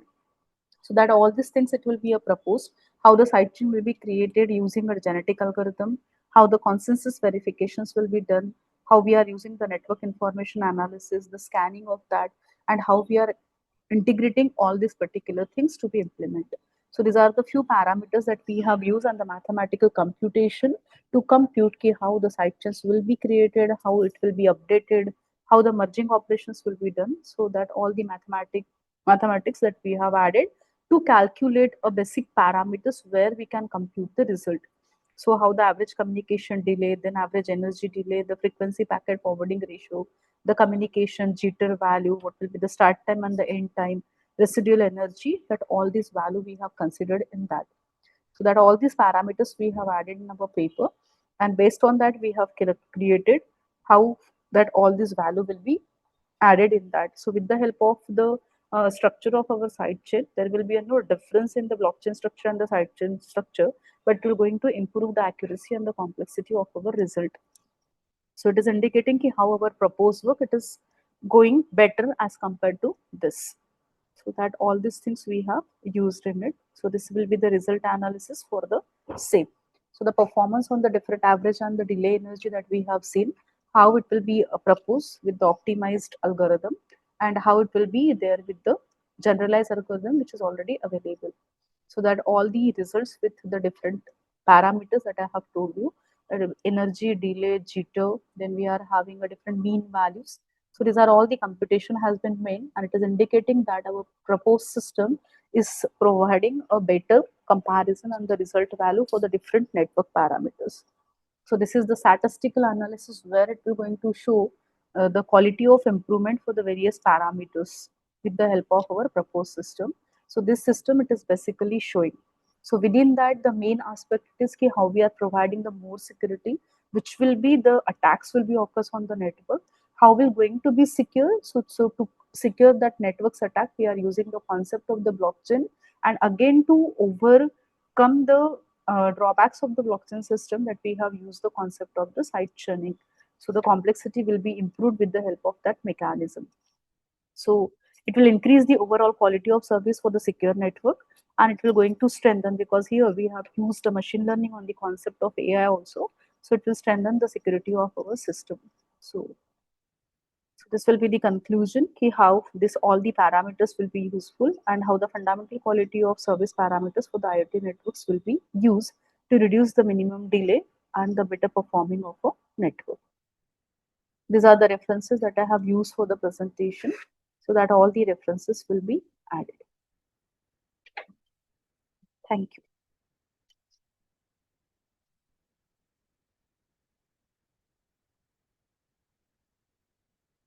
Yes, ma'am. Hello. Yes, ma'am. Thank you, ma'am, for the Yeah. presentation. So would you like to ask any questions? I think that was a good parameter evaluation has been done. So it's a good presentation. Thank you. Thank you. Thank you so much, sir. Thank you. Thank you, sir. Thank you, ma'am. We'll be proceeding on with the next paper presenter. I'd like to call upon paper presenter Sanjit Teja with the paper title Multilingual Effective Personalized Voice Feedback Using LLM for Sanskrit Tutor Voice Bot. So if you're ready, then you may start with the presentation. Yeah, I'm ready. Yeah.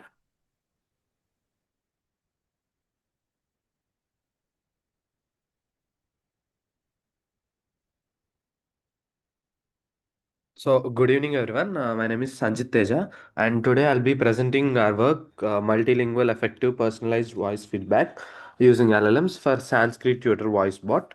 On behalf of all my co-authors, I would like to present this my research work.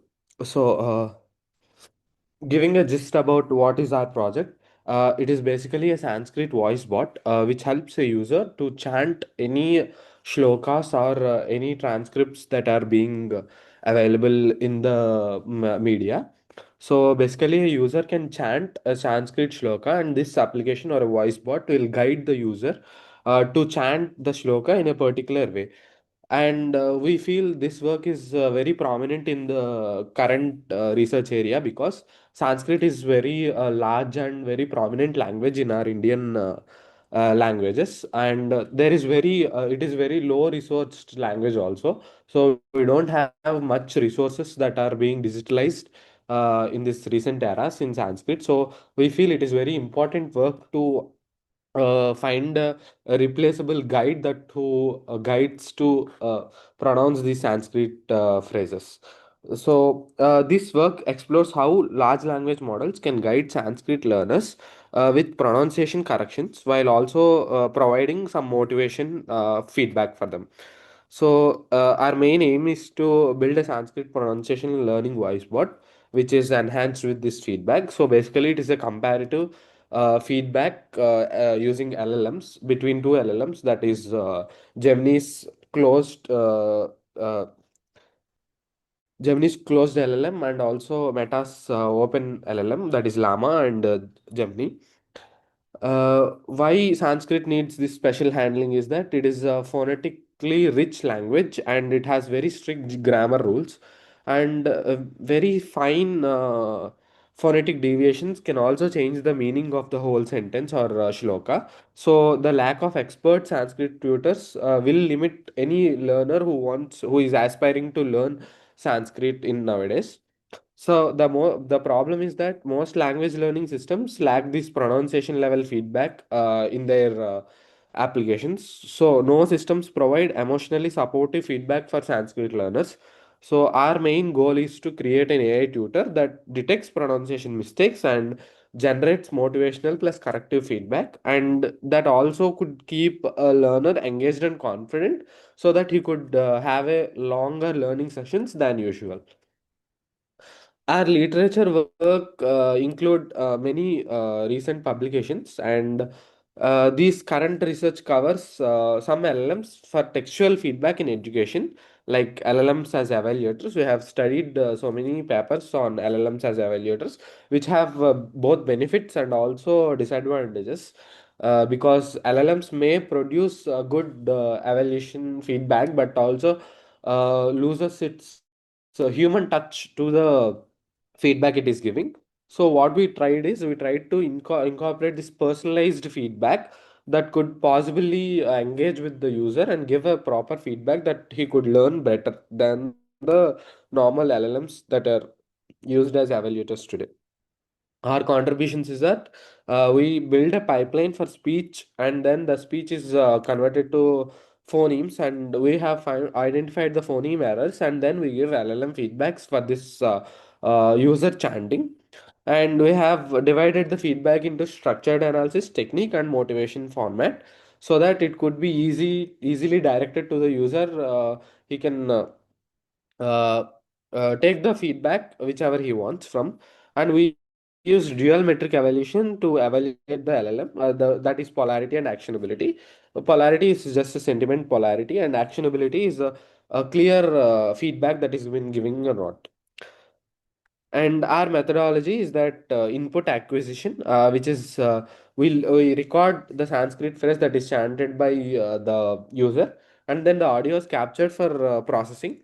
And then we have already have a data set, Vaksankhya data set, which is populated by IIT Bombay. You have been using that data set, which has a target phrase for alignment. We compare both the phrases that the user chanted and the original ground truth we are having, and then we pass to the LLM, which been passed with COT, chain of thought prompting, and then the user's chanting trial and the accuracy that he's been getting is passed to the LLM. Then we get the feedback from the both the LLMs, and basically what we have done in this research work is that we took 50 instances where we have passed the results to the both of the LLMs, and then we evaluated based on two metrics that we have been discussed. This is the architectural diagram of our system. So there is an input phase, and here we record the user's Sanskrit phrases, and the audio input is given to analysis module. Here the phoneme alignment and error detection will be done, and we compute an accuracy or similarity with the ground truth that we are having. This ground truth is passed to both the LLMs, Gemini 2.5 Flash and Llama 3.2. These generate feedback and give us the feedback. We get the feedback from the both LLMs, and then we use this evaluation metrics to declare which one is the better. Coming to the results, we have comparative evaluation using 50 instances show that Llama 3.2 have achieved a higher average feedback quality score, that is FQS, of 82.7 with a variance of 9.3, whereas Gemini 2.5 Flash just scored 75.4 with a variance of 12.1. And here you can see the feedback that is produced by Gemini, and here you can it is a sample feedback. You can see the sections that have been divided: analysis, technique or oral position, and the motivation. The oral position will direct the user to pronounce in a such a way by keeping this oral position, so that he could pronounce the particular word correctly, so that he could improve his accuracy more. And coming to the metric evaluation, actionability distribution, you can see the blue one is Gemini and the green one is Llama. You can see more score range between 0.5 to 1 is Llama. So, and actionability, which means the clear cut actions that are given by the feedback. And the polarity, sentiment polarity, the score range between 0.5 to 1 is Llama, greater again. And coming to conclusion, this is a successfully designed Sanskrit learning system that analyzes user pronunciation, which gives a structured corrective feedback. And the integration of this phoneme level accuracy with LLM driven feedback has improved it a lot. And the performance and the user's performance has also been increased greatly. This comparative evaluation showed that Llama 3.2 produced a clear and more actionable and positively toned feedback which could motivate the student more and than the Gemini 2.5 Flash. In future, we want to test it out for human trials, and we want to extend the pipeline to support real-time phonetic analysis, and we want to involve a human in the loop system in order to give a more structured and qualified feedback. That's it. Thank you.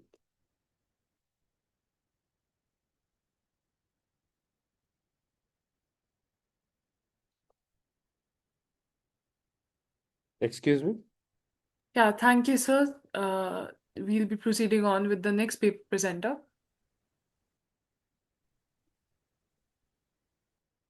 Sir, would you like to ask any questions? No, thank you. Okay. I'd like to call upon our next paper presenter, PV Gore, with the paper titled Real-Time Weapon Detection Using YOLO V8N for Public Surveillance. Ma'am, if you're ready, then you may start with the presentation. Ma'am, my screen is visible. Hello. Yes, ma'am, it is visible. Okay. Good evening, all of you. Respected chairperson, honorable judge, and all participants.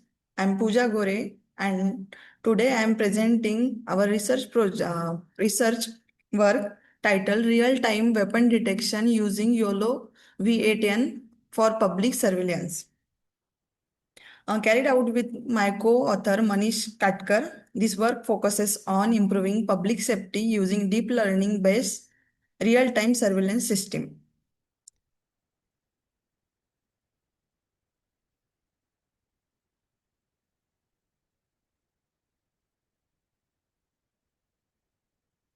Ma'am, my screen is visible or not?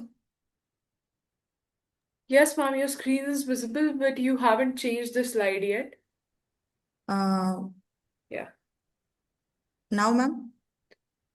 Not yet, ma'am. It's still on the first slide.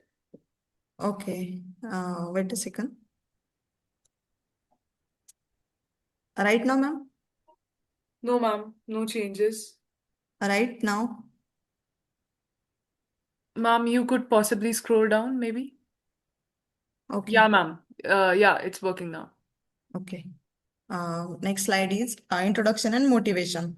The public place like airport, railway station, schools, and malls are facing increasing security threats right now. The traditional CCTV system depends on human operators and continuous monitoring. It is a difficult. So, and it is difficult to find a error and prone. So we need a automated real-time system or real-time weapon detection Therefore, we need to automated system that can be detect a dangerous object in real time, and it's provide a alert to authorize person immediately. Artificial intelligence enable to us perform this task efficiently and continuously. For example, if a weapon, even for a few seconds, the human can disturb or a human operator by miss, but the AI model can detect it in a very fraction of second. Third slide is the growing the need of a weapon detection due to right now the many attacks in found in India and your country. So that's I think that is a need for increasing a security concurrence to demand automatic weapon detection system, protecting a public spaces, identify threats in real time, automated in real time surveillance task. Problem definition. The main problem are increasing in weapon-related incident, slow manual monitoring, and lack of a real-time responses.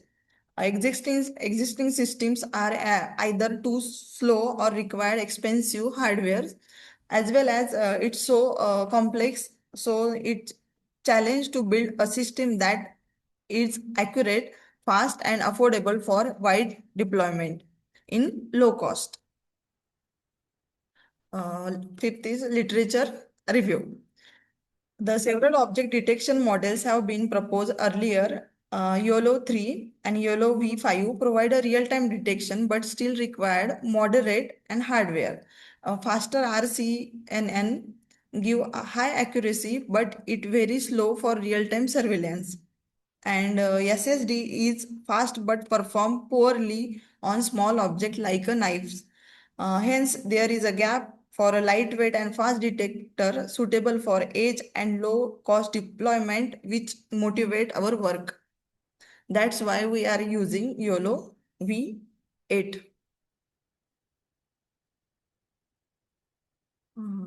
Six slide is proposed system. Our proposed system is a capture live video for a surveillance camera. Each frame is processed using OpenCV and send the YOLO V8N model. The model detect the classified weapons such as guns and knives. When the weapon is detected, alert are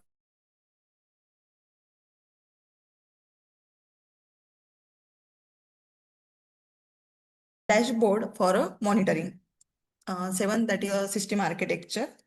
And that this diagram is show the complete system architecture of weapon detection framework. First, the surveillance camera capture a real-time video stream from the monitor environment, and these video frames are forwarded to processing module. OpenCV perform the processing operation such as resizing and frame extraction. And then the proposed frames are then pass the YOLO V8N deep learning model, which detects and classified weapon is real time. Once the weapon is detected, bounding the box are displayed on the video feed and alert the signals are generated. These alert detection results are visualized and flex-based web dashboard, enabling security personnel to monitor threats and respectively and quickly response. These architectures support real-time processing and allow easy scalable for multi-camera surveillance system. That is a training setup. For implementation, we use a Python as a primary programming language due to its strong support of deep learning libraries. OpenCV used two video framework processing such as the resizing frameworks. We use a YOLO V8 framework, which is provide optimized and realistic implementation of YOLO architecture for both training and deployment. Next is a methodology and workflow. First, we collect weapon images from a public dataset as we are manually capture sources to ensure diversely. Next, that is the image are labeled using the bound image are labeled with bounded box, and data arguments techniques are applied to improve model robustness under the different lightweight and background conditions. And then YOLO V8N model is a trend using supervised learning and validate using a standard performance matrix. During deployment, live video frames or surveillance cameras are proposed in real time by a trend model. The weapon is detected, boundary box are displayed, the message alert and generated for a monitoring to a quick response. That is a implementation steps. Proposed system overview. The real-time video capture surveillance and compare that framework. OpenCV image is trained by multi-class, that is a gun, knife and shape object. And then image is matched. After that, they provide alert to a weapon is detected and live visualization using a dashboard can be generated. That is a YOLO 8VN model detection. The YOLO V8 use anchor-free detection mechanism, which means it predict bounding box directly without relaying a predefined anchor box. It is a show in image as well as the it shows the name of that object, that is a knife. It's show in that model. That is a next is a experimental result. A slide present experimental result in our system. It proposed model achieve MAP at the rate 50, 94.3, precise 93.8, recall of 92.1, indicating a high detection accuracy. The most important system runs at 32 frames per second, which confirm real time confirm real-time performance suitable for live surveillance. These results demonstrate the YOLO V8 provide effective balance between speed and accuracy for a weapon detection task. Next, that is a conclusion. In conclusion, we deploy a efficient real-time weapon detection system using the YOLO V8N architecture. This system achieves high detection accuracy while maintaining low computational cost, making it suitable for a low and mid-range of hardware. Experimental results show a system performance well across different environments, including indoor and low light conditions. Overall, the work show feasible to deploy AI-based weapon detection system for a small and smart surveillance applications. Future scope. We enhance a data set with the more weapons category, integrate with the multiple cameras, deployment edge in devices, as well as we will expand cloud-based alert system. This is my references that I use to present this. Thank you so much. I'm open for questions.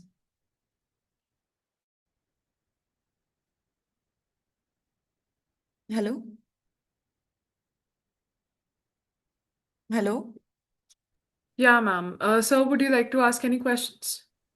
Just let me know how this surveillance system will discriminate the faces or from gates.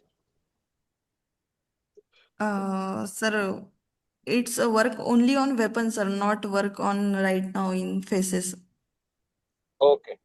Yes. Thank you, ma'am. Sir. Thank you, sir. I'd once again like to ask for Muhammad Azruddin. Sir, if you're here, then you may start with your presentation. Seems we do not have him with us in the meeting, so this brings us to the end of the session. I sincerely thank our authors for the excellent presentations and contribution in this session, and all our participants for being a part of this international conference. I hope this session was informative enough. We, on behalf of the whole team, thank you for your support during this 10th version and all the previous 9 versions of the conference. We will be happy to have you in the 11th version in 2027. All the presenters would be getting their digital certificates through email within 2 working days. Furthermore, the publication will be live within 7 to 8 months. Kindly cooperate with the team of SmartCon 2026. I'd also like to thank our session chair for chairing the session. A token to the chair on behalf of Global Knowledge Research Foundation and Team SmartCon 26.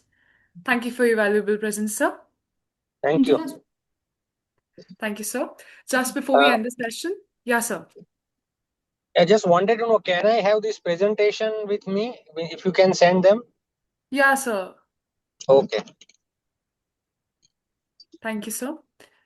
Just before we end the session, I'd like to request everyone to turn on their cameras for a quick snapshot of the virtual conference. Thank you, everyone. Stay safe and take care.